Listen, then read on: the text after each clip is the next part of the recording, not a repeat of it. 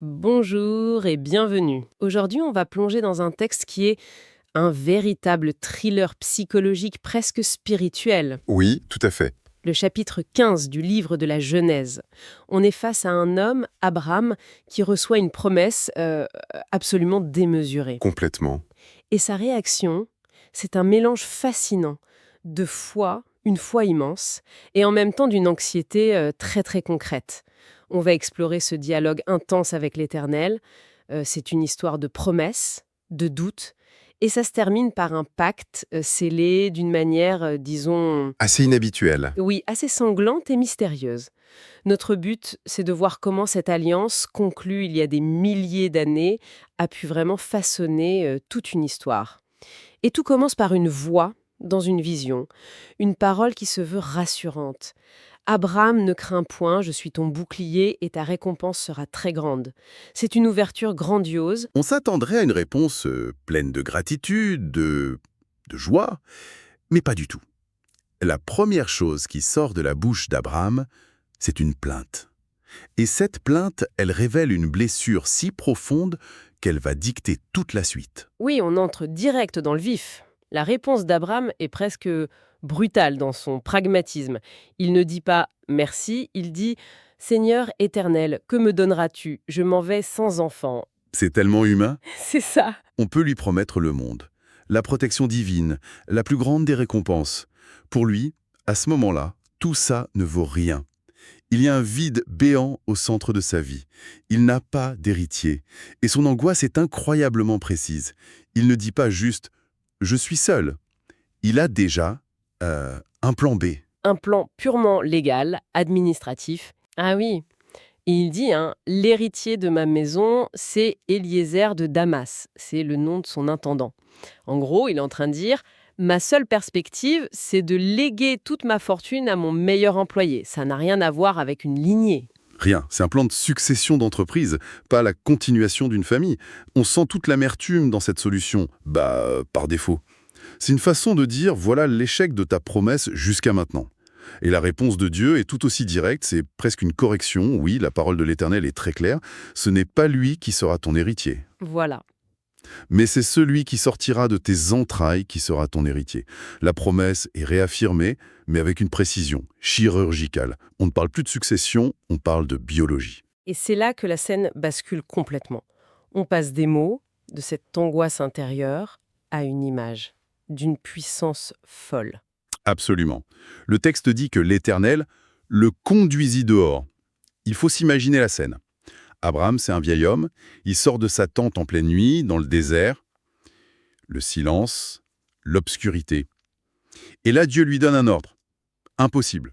Regarde vers le ciel et compte les étoiles, si tu peux les compter. Voilà. C'est magnifique.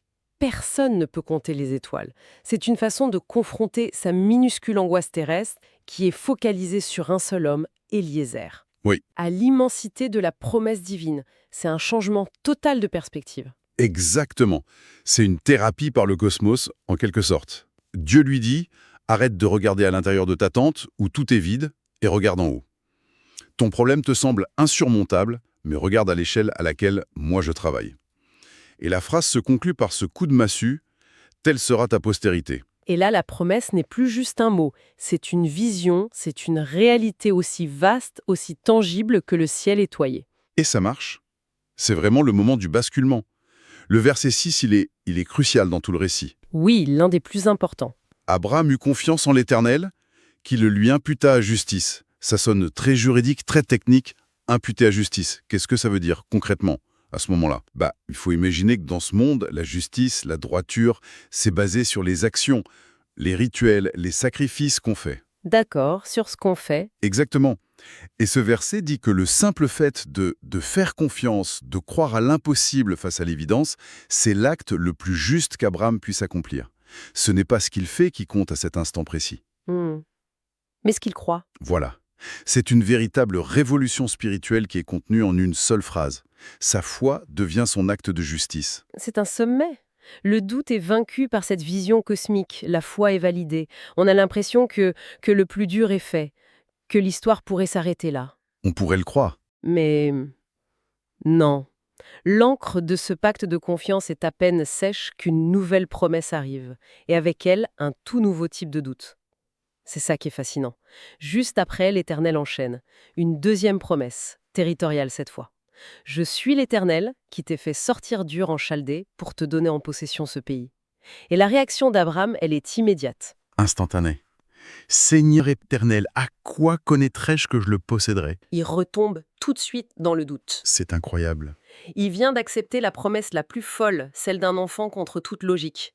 Mais pour un terrain, un truc tangible, là il lui faut une preuve. Comment on explique ça? Ça nous dit quelque chose de fondamental sur la nature de la foi, je crois.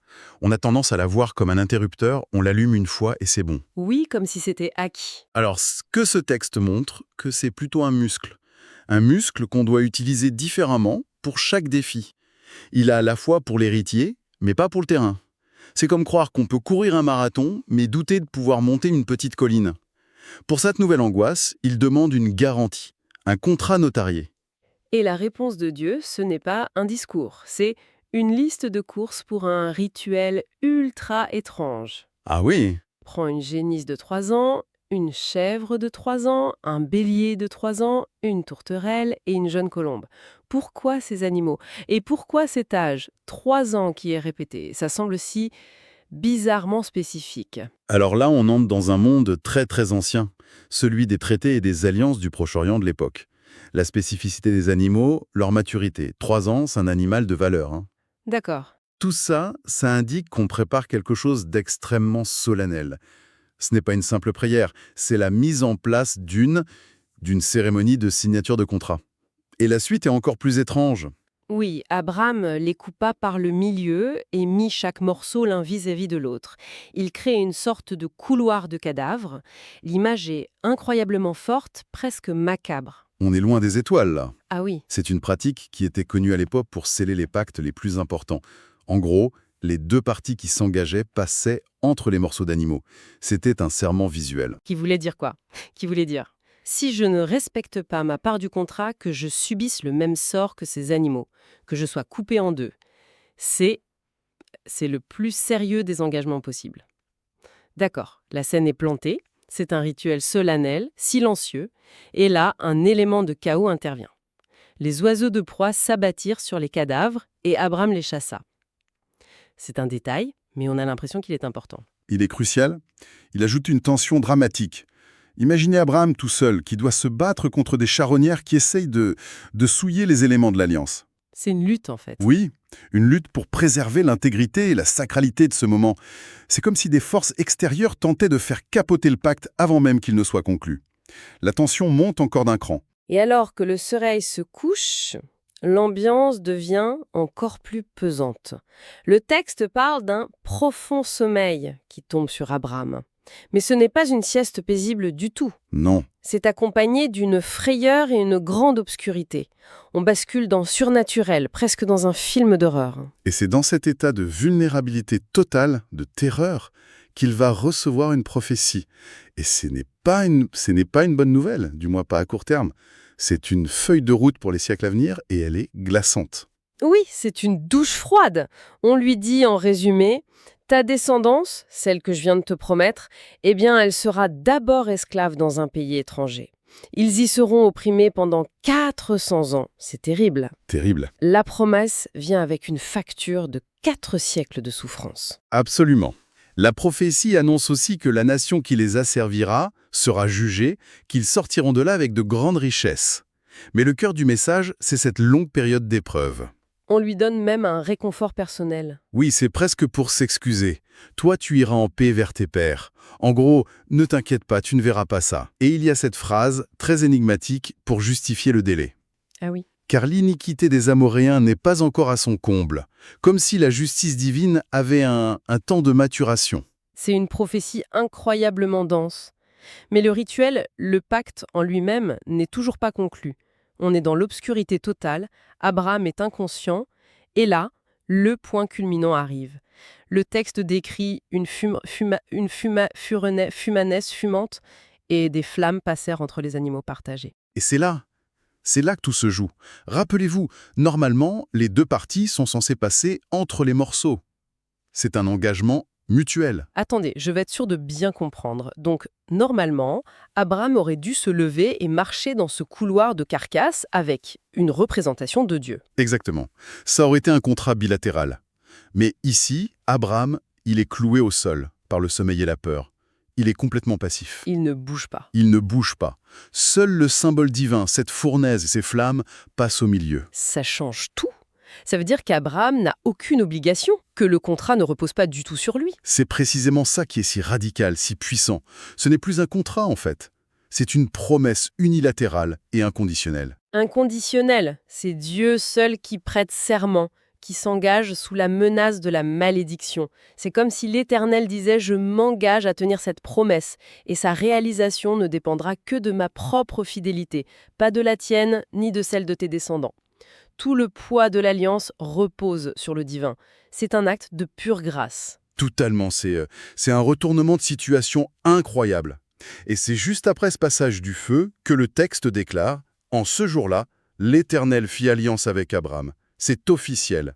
Voilà. Et la promesse du territoire pour laquelle il avait demandé un signe est enfin définie avec des frontières précises, du fleuve d'Égypte jusqu'au grand fleuve, au fleuve d'Euphrate. Et pour qu'on comprenne bien que ce n'est pas un terrain vague, le texte se lance dans une liste interminable de peuples qui vivent là. Oui, le pays des Kéniens, des Kénisiens, des Cadmoniens, des Hétiens, des Phérésiens, et ainsi de suite. On a l'impression de lire un annuaire.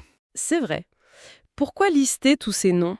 Ça alourdit un peu le texte, non? C'est une manière très concrète de dire « Je ne te promets pas un lopin de terre vide. Je te promets un territoire complexe et déjà peuplé. » C'est l'équivalent ancien de promettre New York à quelqu'un en listant tous les quartiers. Ah oui, je vois. Manhattan, le Bronx, Brooklyn. Chaque nom représente un peuple, une culture, une armée potentielle. La promesse, elle inclut d'emblée la réalité du conflit et de la difficulté. Ce n'est pas un cadeau tout emballé, c'est un projet de conquête.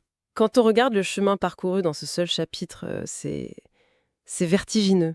On part du doute intime d'un homme qui se sent au bout de sa vie, Oui, et on termine avec la promesse d'une nation plus nombreuse que les étoiles et d'un empire qui s'étend entre deux fleuves. et pour y arriver, on est passé par une foi fulgurante, un doute quasi immédiat et une alliance scellée non pas par des mots apaisants, mais par un rituel de sang et de feu. Et au cœur de tout ça, cette prophétie qui lie pour toujours la promesse d'un avenir glorieux à la certitude d'une souffrance terrible. C'est vrai, ce chapitre pose toutes les bases. L'identité d'un peuple, liée à une descendance miraculeuse, et sa destinée, liée à la possession d'une terre spécifique. Mais c'est cette idée de pacte unilatéral qui me semble être la clé de voûte de tout ça. Elle est fondamentale. Théologiquement, c'est le point le plus important. Le fait que Dieu seul s'engage signifie que, dans la logique de ce texte, la promesse tiendra quoi qu'il arrive. Elle ne dépend pas des mérites ou des échecs des descendants d'Abraham, Non, uniquement. uniquement de la parole donnée par Dieu. C'est une promesse qui ne peut pas être rompue par l'homme, parce que l'homme, au fond, n'a rien signé. Pour finir, ça nous laisse avec une question assez dérangeante, je trouve, à méditer. Ce grand cadeau fait à Abraham, cette bénédiction immense, elle inclut comme condition non négociable la certitude de 400 ans d'esclavage pour ses enfants. C'est un point crucial. Ça change complètement la perspective. Comment est-ce que la connaissance préalable d'une souffrance aussi immense affecte la nature d'une bénédiction ? Une promesse qui garantit à la fois un destin exceptionnel et une période d'oppression abominable, est-ce que ça peut encore être considéré comme un pur cadeau? Ou est-ce que c'est quelque chose de beaucoup plus complexe et peut-être de plus inquiétant?